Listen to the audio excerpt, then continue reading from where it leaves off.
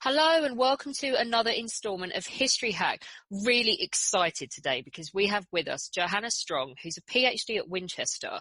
You may be forgiven for going, oh, the Tudors done to death, but she does something that isn't. She's a PhD at Winchester and she's looking at the historiography of Mary I, who everyone just calls a nutter and moves on swiftly by, don't they, Johanna? Absolutely. It's one of those, they look at her and go, okay, well, she's no Henry VIII, she's no Elizabeth I, and that's that. She gets marked as a loon, but I'm guessing as well, Elizabeth I is a couple of sandwiches short of a picnic as well, isn't she, with the claiming back of the virginity and the married to the country, and she's got issues too. Yeah, neither are perfect, but I think it's really interesting that for some reason, because Elizabeth is on the throne for 45 years, we see that as, she just got old and she's allowed to be eccentric. But Mary is like, oh no, she's just out there from the very beginning. She just becomes the Catholic bogeyman as well, doesn't she?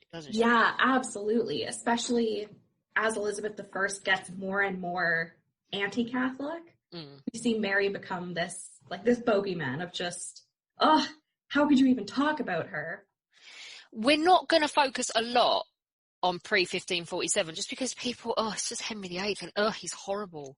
But Mary is, there's no wonder really that both of them are screwed up because their childhoods were insanity. So Mary starts off as the heir to the throne. She's worshipped. She's a little princess.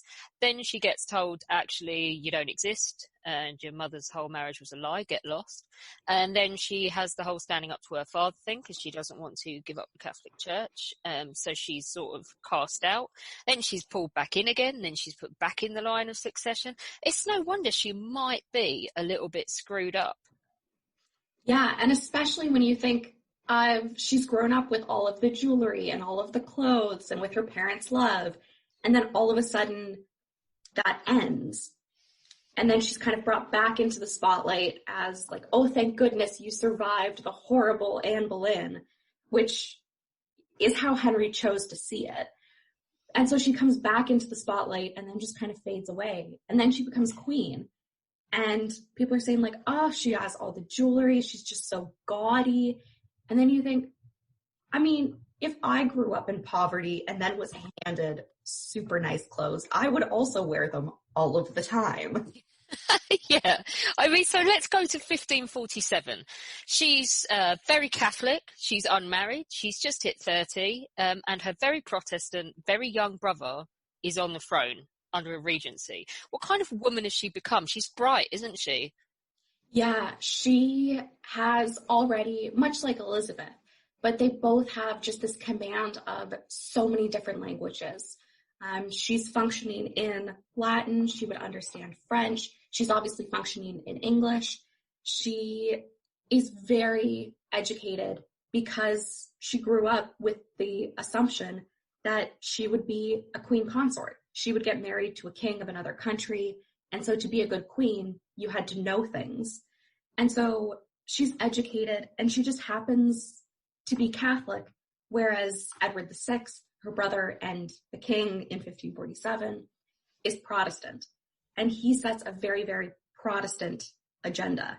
And so she has this already a political ability to say, I'd still like to be Catholic. And so Edward VI allows her to have the Mass held in her own house for her own household and doesn't extend that beyond his sister. So we already see that she's using this political and kind of book intelligence in order to keep true to herself without explicitly going against the wishes of the king, which is really interesting. It really is. So you've mentioned what she expected her life to be, because there have, since the 1530s, been efforts to marry her off, haven't there?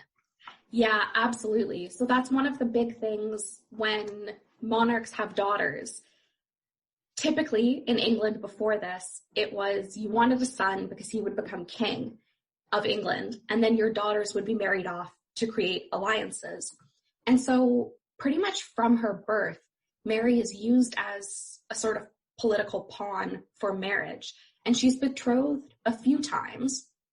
And in fact, when she's quite young, she is betrothed or engaged, as we would put it today, to Charles V, who is actually the father of the person she ends up marrying when she's queen. And so from a very young age, she knows that that's her role. Her job, quote unquote, is essentially to be the wife and to give birth and to create many sons for her husband. And so that's seen as kind of her role in life, and that's what she's taught to do.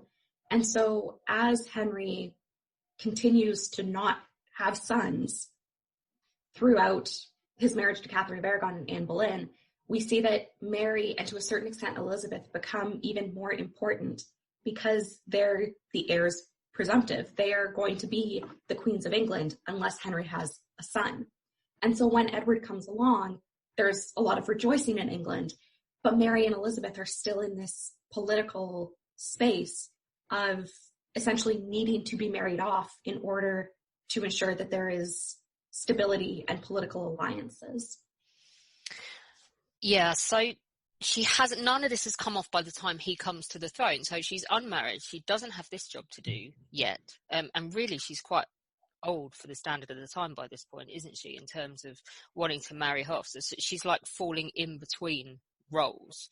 What does she do during Edward's short reign? She basically stays out of it, doesn't she? Yeah, she very much takes a back seat. She's still talked about. She's still the sister of the queen. She still comes to court, and Edward, he is really loving. I think he loves Elizabeth a little bit more. They are closer in age. They have similar viewpoints on religion, but Mary very much inhabits this role of a mother type figure. Yeah. And so she's still in and out of court. She's still talking to Edward, but there's a very strained relationship almost because they don't see eye to eye religiously. And it's not just that, oh, we could both go to the same service and we just wouldn't agree with parts of it. It's that they fundamentally disagree. And so she takes that as a signal that, you know, it's better to live out her life quietly, out of the public eye, kind of out of the view of any of Edward's counselors, and especially the regency who's been put in place for him. So because this is the thing, because you're dealing with a 9-year-old. Yeah. And he's not a grown-up, is he? No. And so he's this little 9-year-old, and you think, yeah, like a 9-year-old is playing with trucks in the backyard. No, like this 9-year-old is in charge of a kingdom, and he's making decisions about it. He's persecuting Catholics, not to the extent that we'll see some others do, but there is an agenda to drive down Catholicism in his reign, isn't there? Oh yeah, absolutely. And the one thing that a lot of people think of when they think of Mary is that she's Bloody Mary because she put in place these policies during her reign where if you were convicted of heresy, you would be burned as the punishment or the consequence. And what's interesting is that Edward was thinking of doing the same thing during his reign. And so that just doesn't happen because he dies not suddenly, but in a sense unexpectedly at 15. And so that policy doesn't get put in place because he dies. But he is as fervent about his religious beliefs as Mary is. He just is on the other side of that coin. And so, you know, he's making literally life and death decisions at 9, 10, 11 years old. And you think nobody should have that power. Like, he's a child. But the people who are put in as regents, and I know you've talked a little bit about regency before in the podcast of they're put in place to help make good decisions because when children are on the throne, that's not always a guarantee. And these regents are making equally decisive decisions. And so we see that there's this fervency on Edward's part that is then encouraged by the regency, which then encourages Edward. And so it just builds and builds and builds until all of a sudden, you know, Edward is dying and they go, shoot, what do we do? Because Mary's going to come and undo all of this. Yeah, there is a fervency that's actually directed at Mary as well, isn't there? Because her Catholicism is a problem. He tries to order her to stop it. And there was even a plan to smuggle her out of the country, wasn't there? Yeah, so there was rumors going around that the Spanish, who are closely connected to Mary, of course, Mary's mother is Spanish. A lot of the sympathy and love that Mary gets during her childhood is from Spain and from Spanish ambassadors in England. And so there are rumors that there is a Spanish ship waiting just off the coast of England, far enough to be international waters, England can't touch them, but that they're waiting for Mary to be secreted away in the middle of the night, and they'll take her back to Spain, and she'll live a happy life and be able to be Catholic in public. And ultimately, this doesn't obviously end up happening, but that was a major concern for Edward and his counselors, that, Mary is essentially a flight risk. And so how do they handle that? Because people are very sympathetic to Mary because they agree with Catherine of Aragon, and they feel that Catherine and Mary were so poorly mistreated during Henry and Catherine's annulment that people go like, you can't treat the king's sister like this. You might not agree with it, but we still love her. And so there's that tension that she's a flight risk, but also you can't just lock her up because she has the status as the daughter of a king and the sister of a king, and you have to treat her with that respect. It doesn't really happen, does it? I want to know, though, how at this point, though, is she sitting there thinking, but it's cool, because he's going to die young, he's not going to have issue, and one day I'll be queen, and screw them, I'll just reverse it all? Or at this point, how much assumption is there on her part that one day she will be Queen of England? I think it's very much that hope, that desire, but also the knowledge that in Henry VIII's succession documents, which are still the standing documents at that point in Parliament, that unless Edward passed a parliamentary act saying, here are new instructions, Henry VIII's succession will stand. And it says that after Edward, Mary will inherit unless Edward has children, and then the succession goes to his children. But if he dies childless, the throne passes to Mary and to any heirs that Mary has, and then it will pass to Elizabeth. And so Mary knows, and especially when it comes to that choice of, does she get on the ship and go to Spain, or does she, hold her hands closer to her chest and hope that she becomes queen? There's that knowledge that if she gets on the ship, she is giving up that possibility of being a monarch. And so I think she's not sitting there going, oh, when is he going to die? I just want to be queen. Yeah. I think she's sitting there and she knows that he's very young. He's not married yet. He's not in the best physical shape. So even if there was a marriage, would there be children? It's all up in the air. And so she puts kind of all of her eggs in the same basket and goes, I'm just going to sit tight and hope that he doesn't change anything and that I'll be queen. And unfortunately for her, that's not quite what happens in the beginning. It's not, is it? Because as soon as he does die, tragically, at the age of 15, 16, along comes Lady Jane Grey, and this, God help her, this is a mess, isn't it? Yes. So, as I've said, there's the official parliamentary succession is from Henry VIII. And it says that it's going to be Edward, then Mary, then Elizabeth. Edward on his deathbed, and the jury is still out in a sense of how much of this is Edward saying, this is what I want, and how much of this is the Duke of Northumberland, whose son is married to Lady Jane Grey. How much is the Duke of Northumberland, who's the main counselor to Edward? Is he pushing the buttons and going, here's a sick child, he'll sign anything, and kind of slides the paper into the bed for Edward to sign? And so Edward signs this device for the succession. And essentially it says that if Edward dies without children, which is the case because he's there dying as he's signing it. It says that the throne will go to Lady Jane Grey and any heirs male that she has. So Edward completely bypasses both of his sisters, which for Mary we can understand it's a political, religious thing. Yeah, but for Elizabeth it's a slap in the face, isn't it? Absolutely. For Elizabeth, it's this, you know, I've always been nice to you, like I was your favorite sister, I'm Protestant. But the sense is that Edward goes, well, I can't give it to the younger sister without giving it to the older sister. And technically both of their marriages were annulled. So both Mary and Elizabeth are illegitimate. And so the throne ends up passing to Jane Grey through kind of a distant granddaughter of a sister of Henry VIII.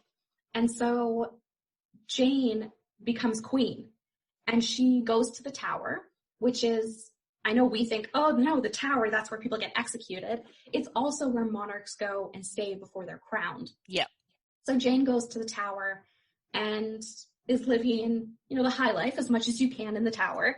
And she's acting as queen. And there's this sense that she's not sure that that's right.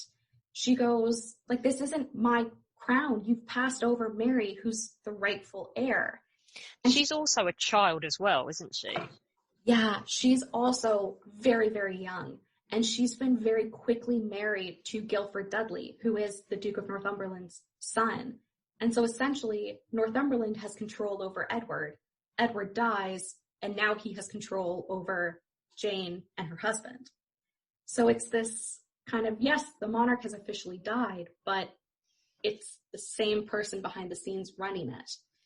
And so the people, just the general English population go, well, we'll respect what Edward said because he was king, but that's ridiculous. You can't just pass over Mary. She's the rightful queen. And Mary, of course, is just completely shocked by this. And she goes, no, that is my crown. I would like it back. And so she is up at Framlingham and she rallies her forces. She essentially does the call out of, if anyone thinks that I should be queen, now is the time. We're going to march on London and we're going to make me queen. And there's so much popular support for Mary that Northumberland eventually is forced to go out in London and proclaim Mary queen. And the story goes that he then goes back to the Tower and marches into where Lady Jane is and just rips the cloth of estate down from over her. And that's the end of her, what we call 9 days as queen, which is technically 12 days. But for the first 3 days, it was kept very hush-hush that Edward was dead. And so she's popularly seen as this 9 days queen. Perhaps unsurprisingly, so poor Lady Jane Grey is executed and is no more at the age of 15? Is she 15 or 16? So Mary is queen. And she starts off, perhaps unsurprisingly, by pardoning Catholics, doesn't she? Yeah, that's one of her first big things, is she marches triumphantly into the Tower. And she's overcome with emotion. And the paraphrase of what she says is basically, these are my prisoners. Like, these are prisoners of the crown and the crown is mine. And she's just so happy that she's the queen and she has the power to pardon people who have been in the Tower practically their whole lives. We have Edward Courtenay in the Tower, who's in there from the time he was a small child, just because, you know, Henry VIII took a dislike to him and to his parents. And so she goes and pardons him. And he kind of doesn't know what to do because he's only ever lived in the Tower. And so that's one of her first acts, is to give pardon and to say officially that she's not going to implement Catholicism right away. She's kind of going to get a feel of the land. But then once she gets going, she's going to put it through Parliament and it will be seen as kind of quote unquote parliamentary. And that it's not just her making decisions. But the first few acts are to pardon Catholics, to pardon political prisoners who were in the Tower from Henry VIII's time, and then to suggest that she's going to reinstitute Catholicism, or at least not make it illegal to be Catholic. Right, okay. Something else that totally reinforces her Catholic position is the Spanish marriage. But in practice, as a marriage, it's a bit of a joke, isn't it? But it certainly makes a statement. Yeah, so it's one of those tricky marriages where Mary decides very early on that she would like to marry Philip II of Spain. And Philip II of Spain is the son of Charles V, and Charles V is the nephew of Catherine of Aragon. So Mary and Philip are cousins, essentially. And so he is, at this point, the most eligible bachelor in Europe. He is, if you're watching the Bachelor TV show, he's the one with all of the roses to give out to decide who he wants to marry. Hilariously, though, he's dull and not very nice, is he? He's not exactly a peach, but he is the King of Spain. Exactly. Yeah. So I'm sure he was handsome for the 17th century, 16th and 17th century, but he's not exactly, I think, a looker today. But Mary... He didn't inherit the chin, though, did he? Oh, thank goodness, no. It gets much worse later on. But he marries Mary, and during Mary's reign, there's a sense of fear that Spain will kind of take over England, because in the early modern world, women were seen as subordinate to their husbands. And so what happens to England if Philip is telling Mary what to do, as a husband tells a wife what to do? Is then Philip really in control of Mary, who's then in control of England? It's terrifying for Protestants, isn't it? Oh, it was horrifying to Protestants. And so there's a massive pushback from the Protestant viewpoint, especially, that Philip is going to come in and he's just going to make England Spanish, and that he's going to implement a sort of English Inquisition, much like the Spanish Inquisition, and that all of a sudden life's just going to get terrible for the Protestants. And Mary's on the throne only for about 5 years. And so we see a bit of the religious persecution as it's starting in Mary's reign. And she puts in place that anyone who is convicted of heresy will be burned at the stake. But by the end of her reign, we kind of see that tailing off. And so people are obviously not being brought forward on charges of heresy, which is essentially not practicing religion how the official people in charge would like you to practice it. And so people are either just being quiet about it and going about their life however they want, and they think, well, if we just do it quietly, no one will get us in trouble. And it's not really until Elizabeth's reign and that sense that Protestantism has returned to England that they start to look back and they go, oh, thank goodness XYZ didn't happen during Mary's reign. And so all of a sudden it's, oh, thank goodness that, Philip was out of the country for so much of her reign. Thank goodness she never had any children. Thank goodness, it wasn't huge persecutions like we see in the Spanish Inquisition. And so there are all of these things that could have happened but didn't.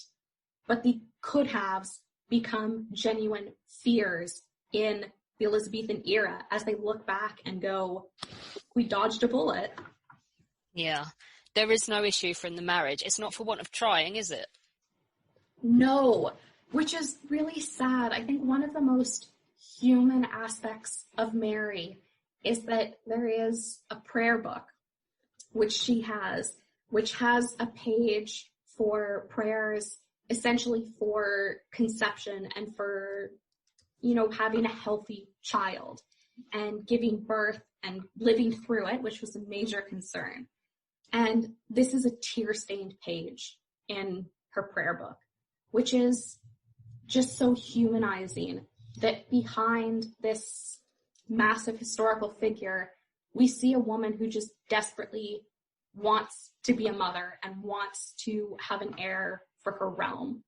And she has one, possibly two pregnancies, but they end up being either that she's miscarried very, very, very early on in the pregnancy, or that they're phantom pregnancies, which is essentially your body produces all the right hormones for pregnancy. And so you get the morning sickness, your abdomen bloats, like you look and feel pregnant.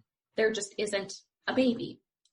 And so when she first gets pregnant a few years into her reign, she ends up going into confinement. So she essentially goes to Hampton Court and shuts the doors and says, I will have my baby here. We'll make sure that the environment is good so that he is healthy. And then by the due date, there's no baby. And they go, okay, maybe we've counted wrong. And then by the time it gets to about 10 months, they say like we can't have miscounted that badly. There's just not a baby. And no official statement is ever made. They just announce that the queen and the household are moving palaces, which you wouldn't do if you were 9 months pregnant. So it's a clear signal that there isn't a baby. And so then speculation starts, and it really builds during Elizabeth's reign as they create this image of, a crazy monarch that, well, was she really pregnant? Was she just making this up? And then we have a pregnancy, again, what Mary thought was maybe a pregnancy right at the very end of her life. And the jury's still out on this one as well. Could have been cancer, couldn't it? Yeah, they think that she's had ovarian cancer, probably, which is something that's not really known to the early modern world. They just know she's sick. And so it's probably not that she miscarried early on. It's probably that these were just symptoms of cancer. But she ends up not being pregnant and not giving birth either time. And then the second one just becomes so much sadder because not only is she not pregnant, she also realizes that she's dying. And so she hasn't left an heir. And so she knows as she's lying there, she knows that the throne is going to go to Elizabeth. And it's in a sense watching everything that she's worked her life and her reign for. She knows that it's going to end. And she struggles to come to terms with that. I think the best I ever saw that captured, and it was considered a bit silly when Kathy Burke took that role in Elizabeth with Cate Blanchett, but just the desperation and the utter misery of knowing it was coming to an end and it wasn't going to happen for her. I thought she did really well, but I didn't know that about the tear-stained prayer book. I mean, she's living her own mother's nightmare, and she's seen what became of her mother because she couldn't give birth to a healthy son. Yeah, and she knows that one of the ways to keep Philip in England is to be pregnant, because he stays for a little while after they're married, and then she thinks that she's pregnant, and he's with her throughout the pregnancy until she goes into confinement, which is a traditionally female space. But Philip is still, on the other side of the door waiting for news. And when she ends up not giving birth, he kind of goes, okay, how long do I have to wait for this not to seem callous that I'm leaving?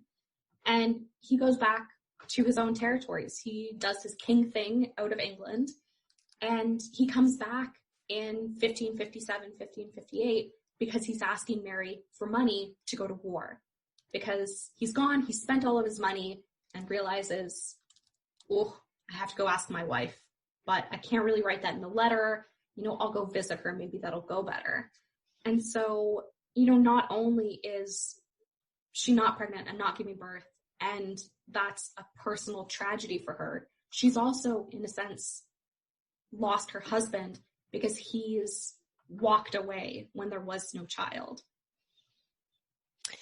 Away from this, one thing that we never do is touch on she had a short reign. There's only so much you can do in 5 years. Foreign policy, unsurprisingly, Britain is completely led by Spanish interests at this point. Yeah, I think yes and no. I think a lot of it is that Mary's very sympathetic to what Spain wants. And of course, you can't really go against your spouse, even if Mary, had been the man and the head of the marriage. You don't really go against what your spouse's country is doing. And so, yeah, like she backs him up when Spain is going to war with France, even though there's a history in England that, France is the enemy and yeah, let's get France. But she really backs Philip up on this. But one of the things that I think the last year has really shown us is there is some speculation that Mary might also have died from complications from the flu. And so there's a really, really bad flu that's going around in England in 1558. And somehow through all of it, we don't get the 1558 version of anti-maskers. We don't get that huge public uprising to say, this is all a hoax. I will continue to go to the market. Is people realize, like, this is dangerous, cool, and they listen to her. And so we don't see that public rebellion that often comes with, flu and famine. And so when people are sick and hungry, we don't see the rebellions happening that we see in other countries. I think of France leading up to 1789 and the whole aspect of part of the reason for rebellion and revolution is people are hungry. The harvests have failed for multiple years in a row. And so they eventually blame the monarch, which could have happened in England in Mary's reign, but it doesn't. And so we see that she's somehow negotiating that England is still an international power, albeit somewhat tied to Spain and to Philip. But it's also domestically very strong, which is really surprising given how Mary's remembered. We think that these must be 5 years of just abject terror for England. And they're actually very stable years, which is... And that's despite horrible weather. It's a very wet 5 years, isn't it, in terms of the economy? And yeah, so it's not the best weather-wise, but people are relatively happy. And so it's one of those, nothing big happened, moving on, which is great because people then don't look at her reign as just an overall failure. But then it also means that they kind of go, oh, it was wet. People were hungry. There was some persecution. Moving on. And yeah. It's a double-edged sword there. Let's get to the point of your research and Bloody Mary. What really interests me is the fact that Edward had forcibly tried to stop her being a Catholic. Like, she's been told you cannot have freedom to worship as you choose. And yet, the first thing she does, she doesn't really stand by it, but the first thing she does is issue a proclamation essentially giving people religious freedom, doesn't she? She's not going to force them to follow her lead. Yeah. The official first religious stance of Mary's reign is that she will continue to let people worship as they want until Parliament decides what the official line will be. And so that's essentially tacit permission for Protestants to keep being Protestant and for Catholics to put out all of their services and their essentially the rites and the vestments and all of the accoutrements that go in the chapel. She gives tacit permission for all of that to come out of hiding. And so she starts off, really on an even keel, trying to keep everyone happy. And I think a lot of what happens is, I think she's hoping that people will turn away from Protestantism and that they'll turn away from everything in Edward's reign and they'll come back and they'll realize, oh, we were so wrong. Let's go back and do things how we should have been doing them. And I think she's hoping that by giving people a choice, people will go, oh, thank goodness, I don't have to pretend to be Protestant anymore. And I think as she realizes, people are leaving to go to Protestant countries on the continent, she's realizing that England is a lot less Catholic than she thought or that she had hoped. And so we also get a lot of Protestant and reforming ministers who are speaking out very vocally against Mary because they don't think that a woman should be in charge of a country or the head of the church. And so as Protestant voices become more apparent, she starts to take a harder line because they're threatening the stability of her reign and they're threatening her as a monarch. And so she takes that line of, listen, you have to be Catholic. That's just how it is. And so where it gets a little murky, I think, is that often people just see this religious persecution and the burnings as something awful.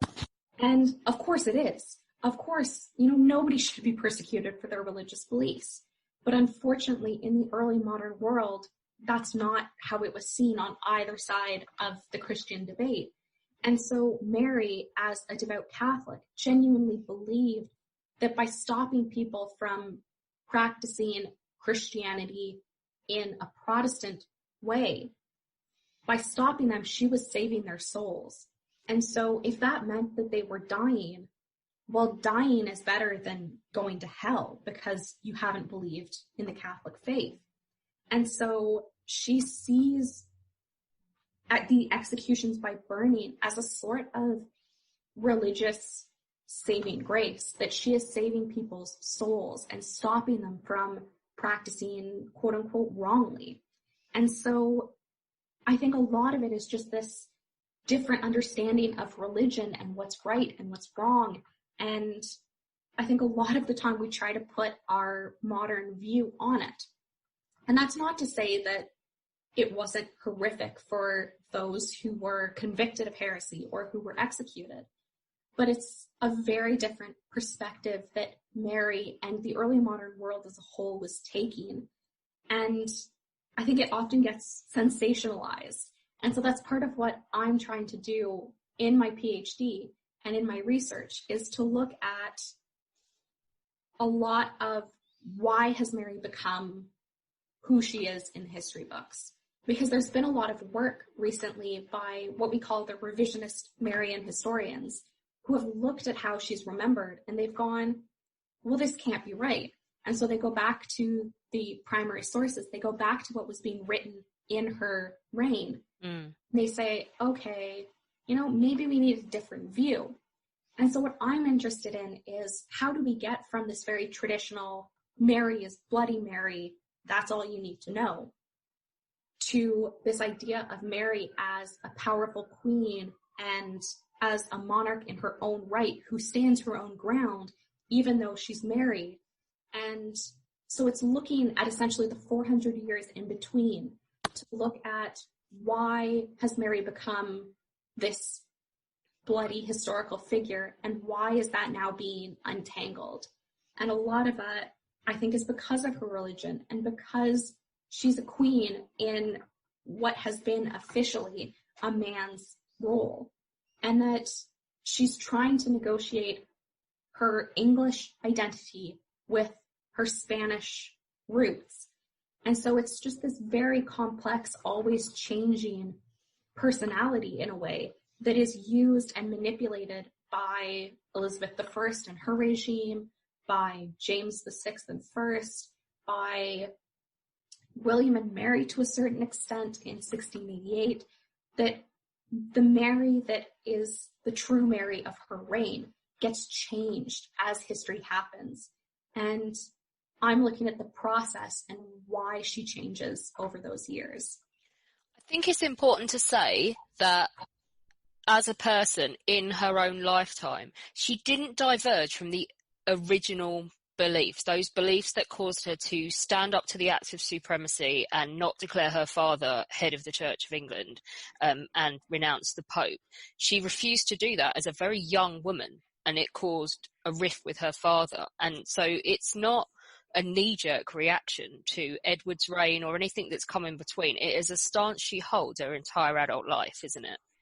Absolutely. It's something that, in hindsight, people should have gone, oh, well, she did say she was going to do this, and now she's done it. And so it's just so strange when I look back at it, and everyone in Elizabeth's reign just seems so outraged, or so many people seem so outraged. And you think, Mary defied her father.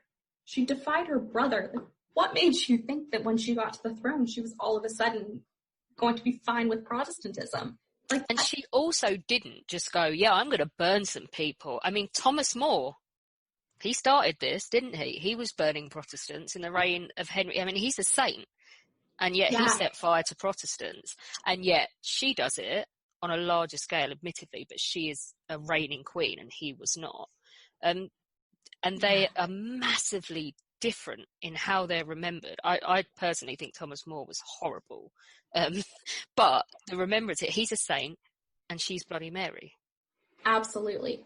Absolutely. And I think it's really interesting that we have not only like the gender aspect of that, of, a man taking power, that's fine.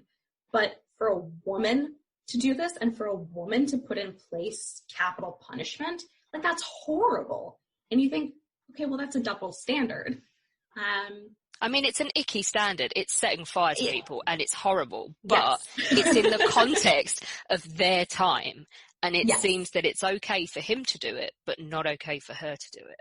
Absolutely. Yeah, as you say, it is definitely not a good standard. But we can't change their standard. Their standard, the most awful thing they could think to do to you to save your soul and correct this hideous wrong as they perceived it, is to set fire to you, and that's what it was, and we can't change that. Yeah. And what's really interesting is as we look at Elizabeth I's reign, anyone who in Mary's reign would have been executed for heresy, Elizabeth and her regime kind of move that goalpost a little bit, and they switch that definition so that under Elizabeth, being a Catholic is seen as being against the monarch, because somehow your loyalty is to the Pope and to foreign powers.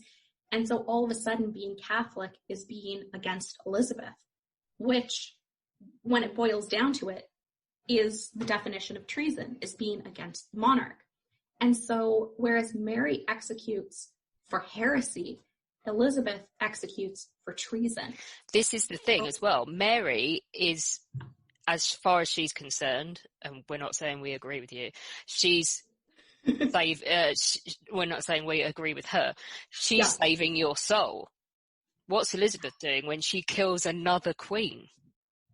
Absolutely. And yet she's not remembered as a monster. Well, maybe in Scotland, but she's not remembered as a monster for cutting off the head of Mary, Queen of Scots, in what is a purely self-serving act. Yeah. And so it's so interesting to look at, one queen who gives the precedent to the next. And one of them is a villain and one of them is a hero of history. And you think, like, hold on, they both did similar things. We wouldn't do them today, but, in the context. And somehow one is just the devil and one is a saint. I think it's important to say that the person at fault at the bottom of all of this is Henry VIII and Thomas Cromwell. Yeah, I mean, if you don't... they had absolutely wrenched and ripped up the fabric of the country and left it in complete turmoil, hadn't they? Yeah. And the further that the Reformation goes and the longer that there is this religious divide, the further it becomes that you're either very Catholic or very Protestant, or you're somewhere in the middle and you're really quiet about it. But there are these two extremes that come head to head. And so one of them, in a sense, has to win, because otherwise you have just a country in gridlock.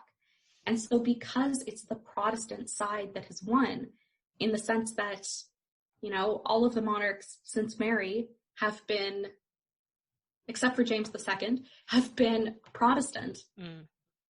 There's that ability to look back and go, the Catholics, there was just, one or two, that's fine.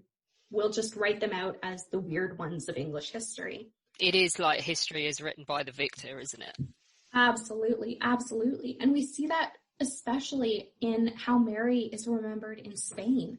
She has an underground, their version of the tube, a station named after her. She has a street named after her. And how is she remembered in England?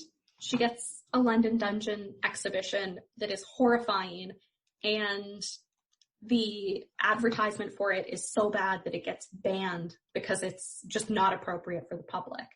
And you think, well, hang on here. How did that happen? I think it is very interesting. I mean, so people have been trying to rehabilitate her sort of since the 80s, haven't they? To what extent have they succeeded, do you think? I think in the academic world, they have absolutely succeeded. I think whenever an academic comes out with the traditional Mary is Bloody Mary and was a terrible queen, a lot of people in the room will go, well, actually, here's ABC authors and historians that say differently, and here's the historical evidence. But I think in the popular imagination, we're not quite there yet, because, like, for all intents and purposes, this figure of Bloody Mary is a lot more interesting. It's something what we would call clickbait of, I want to learn more about that. But if you go, oh, well, she was stable and just had some bad policies, that's not as exciting. And so in the public mind, that's how she's been taught for so long, that it's so hard to undo that. And I think the more that we talk about it, and the more that these revisionist histories and this rehabilitated Mary come into it, I think we're changing perspectives. But there are still absolutely people who I'll tell them what I study and my perspective, and they'll go, oh, but she was just bloody, wasn't she? And you go, oh, I've just told you my entire research. And tell me? But we're still paying the price, aren't we, of a 50-year reign of her sister, who was the polar opposite of her, getting to put her PR spin on it. Absolutely, absolutely. And so many things that we praise Elizabeth for, like for being married to the realm. Well, when Mary was facing Wyatt's rebellion in the first few years of her reign, which was a rebellion essentially going, we don't want Philip as our king, Mary goes, listen, I've never been a mother, but if I were a mother, I think the love that I would have for my child is the same as the love that I have for each and every one of you. And my coronation ring is my wedding ring for England. And so she's, in the same way, she's the mother and the wife of her country in the same way that Elizabeth is. And her marriage negotiations actually are used when Elizabeth is looking at husbands, because they figure, Mary's went relatively well, kind of politically speaking. Why don't we just use that? Because it worked. And so we have this Elizabethan figure who is building very much off of Mary, but then, make sure that the heel is ground a little deeper into Mary to make sure that Elizabeth and her era come out on top, which is really, I guess, surprising, but just a weird quirk of history. Thank you so much for coming along to try and get people to look at history in a different way. I'd always wondered if, because I don't know much about her, and obviously she is just Bloody Mary, and no one really remembers her as Mary the First at all, do they?